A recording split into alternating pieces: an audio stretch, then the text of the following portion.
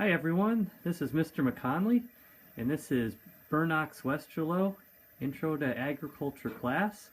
And on our last video, we were learning about collecting sap from trees, maple trees, and making some maple syrup. So here we are back in the sugar shack, and we have done our initial filtering, which is what you see up top with the cone and the shiny metal bracket there.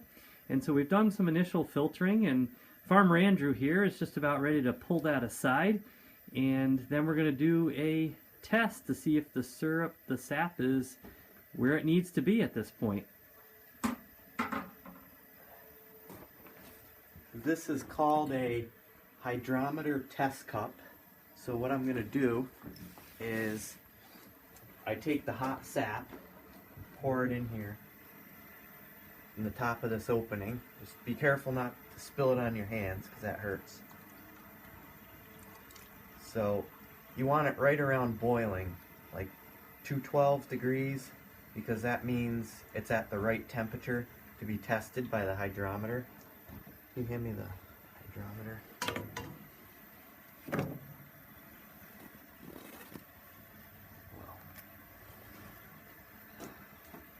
So I just put this in the test cup, and it goes down like that.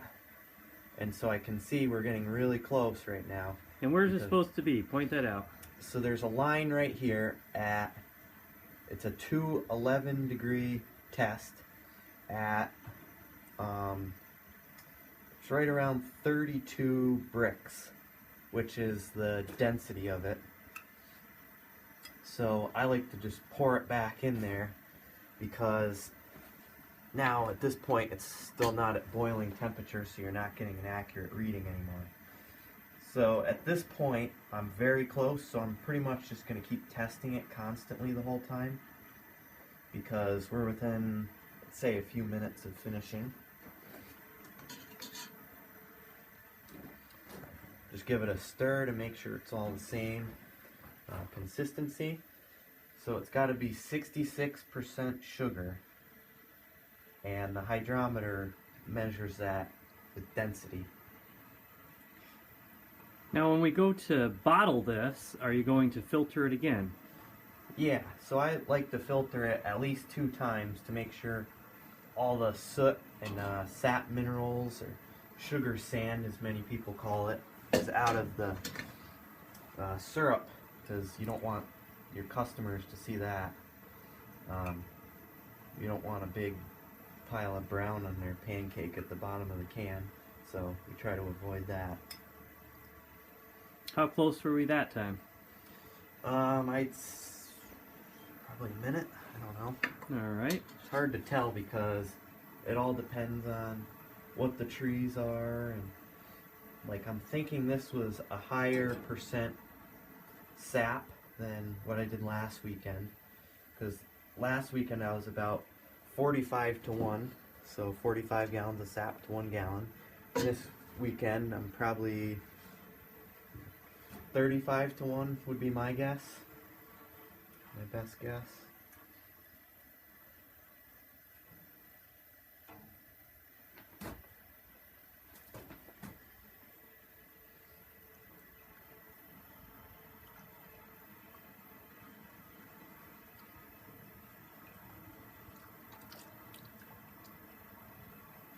Is it hot when you get it on your hands?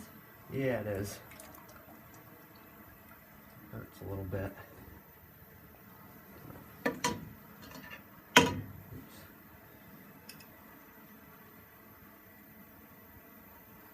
So see how slow that went down? So I can take it right now, push it down until it hits the bottom. So that means it's starting to float a little bit, which it was doing a little bit before.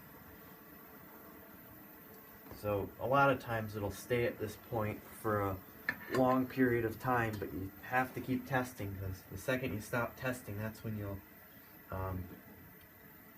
do your syrup too far and it'll turn into crystals, or And you'll have maple candy. yeah, you don't want that in your pan, so it won't be in a shape.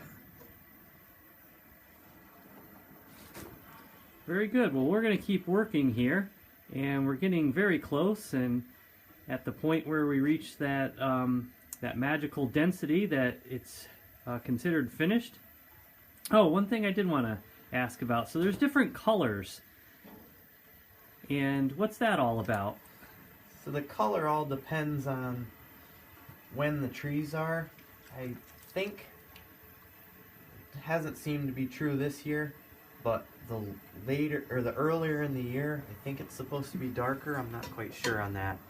But basically it all depends on your trees, where they are, what time of year it is, and so you can have, like, this is a darker grade right here, but last weekend I did more of an amber grade, which is higher quality to people that know a lot about syrup, but most people are used to the grocery store syrup, which is darker. Interesting. Well, thanks, Farmer Andrew. I think that's it for right now. This is Mr. McConnelee and Intro to Agriculture, signing off.